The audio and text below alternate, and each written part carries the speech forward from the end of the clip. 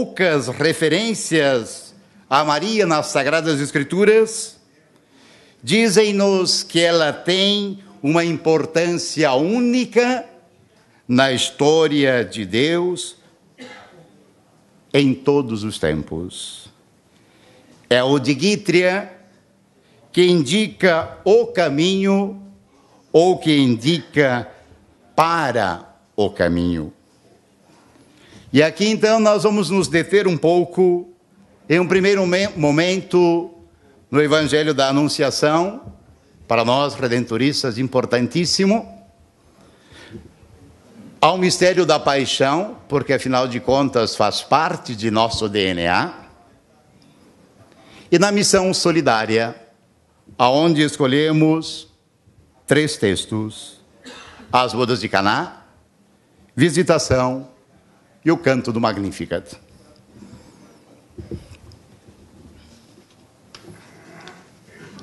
Na Anunciação, Maria assina um papel em branco. O seu sim é levado até as últimas consequências. A cena da Anunciação possui um significado teológico relevante. Nela, ecoa como que em um prelúdio musical todas as situações importantes do Evangelho. Com o seu sim vocacional, a história do povo de Deus entra em sua fase decisiva e definitiva. Deus, na sua infinita misericórdia, faz a última e, ao mesmo tempo, a máxima tentativa de salvar o seu povo e toda a humanidade. Ela é escolhida para colaborar na obra da redenção. Maria encontrou graça diante de Deus. Isto significa que ela é abundantemente nada em si mesma. Ela é toda por graça de Deus e para Deus. Ela é a serva humilde do Senhor que responde diretamente à iniciativa de Deus. Faça-se em mim segundo a tua palavra. Aceitando o que Deus lhe pede e pela atuação do Espírito Santo, a Virgem concebe o seu Espírito, seu Filho, e é o início de Jesus de Nazaré. E Jesus de Nazaré torna-se, então, a presença imediata da misericórdia de Deus. Ao definir-se como sua serva, ela expressa sua total disponibilidade. Se faz um espaço vazio para que Deus possa atuar. Pela sua obediência, desata o nó da desobediência de Eva. Com seu sim obediente, torna-se a serva da misericórdia, escolhida e bendita de Deus. Pela sua eleição e pela graça a ela concedida, assim como que pelo seu sim pleno de fé, abre o caminho para a encarnação do Verbo de Deus, que coube numa manjedoura, conforme Verbum Dei, número 12. Ela é a arca da nova aliança, é o templo do Espírito Santo. Ela é um instrumento escolhido por Deus, que vive plenamente a graça misericordiosa, voltada essencialmente para o outro. Ela é a mulher do povo, que cresceu na fé e suportou em sua vida as mais variadas dificuldades e desafios. Visita a sua prima Isabel, percorrendo as montanhas da Judéia, nascimento do filho em uma estrebaria, fuga para o Egito por causa do psicopata Herodes, foi psicopata porque gostava de sangue, perda e encontro do filho no templo entre os doutores, as incompreensões por parte dos seus quanto à missão do filho, teu filho está louco, precisa ser recolhido, presença atenta à família nas bodas de Caná, a coragem de estar junto de seu filho em pé aos pés da cruz. Então esse é um relato muito rápido da beleza e da riqueza da encarnação. Agora entramos no outro ponto importantíssimo para a nossa espiritualidade e para a propagação de nossa devoção real e concreta da Mãe do Perpétuo Socorro. Na cruz, os olhares se entrecruzam.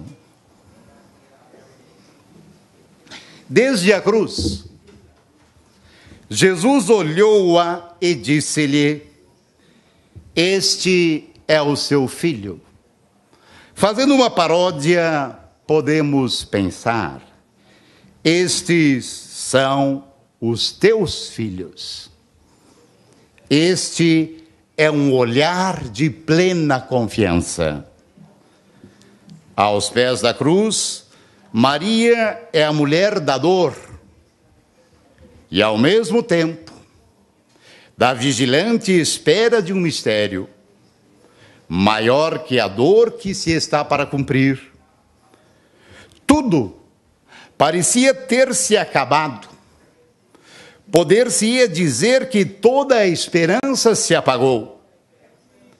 Também ela, naquele momento, poderia ter exclamado, recordando as promessas da Anunciação: isto não é verdade, fui enganada. Mas ela não o disse. No entanto, ela, a bem-aventurada, porque acreditou, dessa fé vê nascer um futuro novo e aguarda com esperança o amanhã de Deus. Fará bem a nós pensar na contemplação, no abraço do filho com a mãe. A única lâmpada acesa no sepulcro de Jesus é a esperança da sua mãe, que naquele momento é a esperança de toda a humanidade. Alegrai-vos, carta circular aos consagrados e consagradas do Magistério do Papa Francisco, publicada recentemente, página 49 e 50. Maria é o olhar da esperança. O seu olhar está pleno de compaixão e de cuidado. Em nossos santuários existe como que um clamor, onde desde o mais profundo se ouve: Mãe, olha-nos.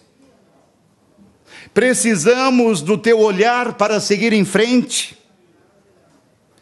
Este olhar não é comprado.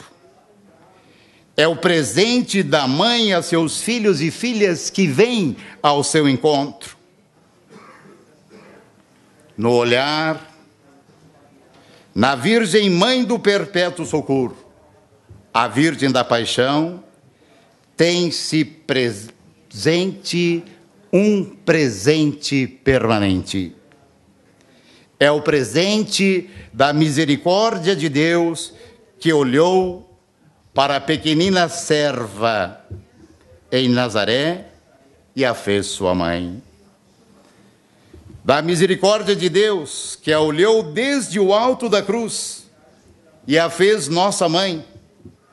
O olhar da Mãe do Perpétuo Socorro nos anima e nos desafia como redentoristas a olhar àqueles que mais necessitam, os mais abandonados, os mais desamparados, os que estão sozinhos, os enfermos, os que não têm com o que viver e passam fome, as crianças perambulando pelas ruas, os adolescentes desorientados, os jovens vítimas da dependência química, os que nunca conheceram a ternura de uma mãe. Não se tenha medo de sair para olhar estes nossos irmãos e irmãs com este olhar da Virgem Mãe do Perpétuo Socorro. Ela nos desafia à fraternidade e assim poder-se-á ir tecendo nos corações e com este olhar a cultura do encontro que tanto necessita a nossa sociedade contemporânea, como nos pede o Papa Francisco. Diante da cruz, não se pode ser ingênuo, pois ao lado de Maria havia também pessoas que semeavam a discórdia, que diziam, desce da cruz, e outros que diziam, vejam, ele não desce, portanto não é Deus. O que impede a vivência da fraternidade é a discórdia, o ciúme, a inveja, a violência. Em nossa missão de proclamadores das glórias de Maria, estas duas situações se entrecruzam, aceitação e rejeição, e precisamos enfrentá-las. Fala-nos ainda a cena da cruz, que desde aquela hora, o discípulo amado a levou para sua casa. Desde a hora da cruz, do abandono, do pouco caso, ele é o discípulo amado que cuidou e por ela foi cuidado. Uma das características que percebe-se em nosso povo, no povo simples, é a capacidade de cuidar do outro.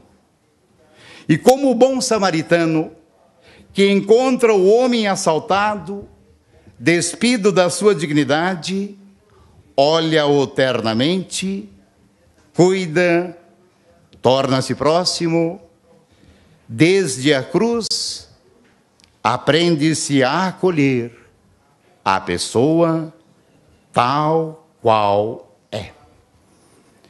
Desde a cruz, com Maria, suplica-se que a cisânia, a discórdia, a inveja e o ódio sejam banidos para sempre da nossa sociedade. Dois textos que nos interpelam na nossa missão redentorista. Dois textos que nos levam ao mistério da encarnação e da paixão, e que nos comprometem agora, desafiando-nos a um novo passo, a missão solidária. E vamos perceber a missão solidária a partir de três elementos. Primeiro, as bodas de Caná. Em Caná da Galileia, Maria se faz presente. Não é uma mera visita social, é uma presença de confiança. Ela não está lá simplesmente na sala entre os convidados. É a presença atenta e de confiança, presença de constatação de fatos. Uma festa de casamento onde a mãe de Jesus intervém junto ao filho para obter o vinho desejado pelos noivos e pelos convivas. Não nos deteremos nesse momento, o que determina os simbolismos do texto. Todos nós, de uma forma ou de outra, já o conhecemos. O texto, no entanto, inicia-se de forma solene. João apresenta as circunstâncias, as núpcias. Precisa o tempo, terceiro dia, faz referência ao lugar Caná, pequena vila próxima a Nazaré. Indica as pessoas, a mãe, Jesus, os discípulos, entre outros. Temos um fato: a falta de vinho. Esta situação provoca um diálogo um tanto divergente entre Maria e Jesus. Ela apresenta uma situação concreta, a falta de vinho material. Ele refere-se à plena revelação que será manifestada na hora estabelecida pelo Pai. Esta situação não perturba Maria. Ela está habituada a conservar e a ruminar em seu coração situações não bem compreendidas. Ela espera pacientemente e com toda a confiança. A intervenção de Maria não é um simples aviso, mas consiste em uma solicitação em favor de uma família que corre o risco de passar vergonha e ficar para todo sempre mal falada. Mostra uma necessidade real a Jesus e, como mãe, pede que atue. Olhando agora para a Redemptoris Mater, em seu número 21, percebemos algo muito interessante. Que entendimento profundo terá havido entre Jesus e sua mãe? Delineia-se aqui uma nova dimensão, o sentido novo da maternidade de Maria, segundo o Espírito, ou seja, a solicitude de Maria pelos homens e mulheres e o seu ir ao encontro deles na vasta gama de necessidades e carências. Em Caná torna-se patente o aspecto da indigência humana. Não tem mais vinho. Ir ao encontro das necessidades e carências da pessoa humana significa também introduzir a pessoa no campo da missão de Jesus. Dá-se a mediação. Maria coloca-se de permeio entre o seu filho e a pessoa humana em sua realidade de privações, das suas indigências, dos seus sofrimentos. Pôr-se de permeio, isto é, se faz de mediadora, não como uma estranha, mas na sua condição de mãe. Sua mediação tem o caráter de intercessão. Sua intercessão se traduz no socorrer a pessoa humana em suas desventuras, libertar o ser humano do mal que, sob as diversas formas e proporções, se faz sentir o peso da vida. As bodas de Caná nos lembra o belo texto do profeta Isaías, retomado por Jesus na sinagoga de Nazaré.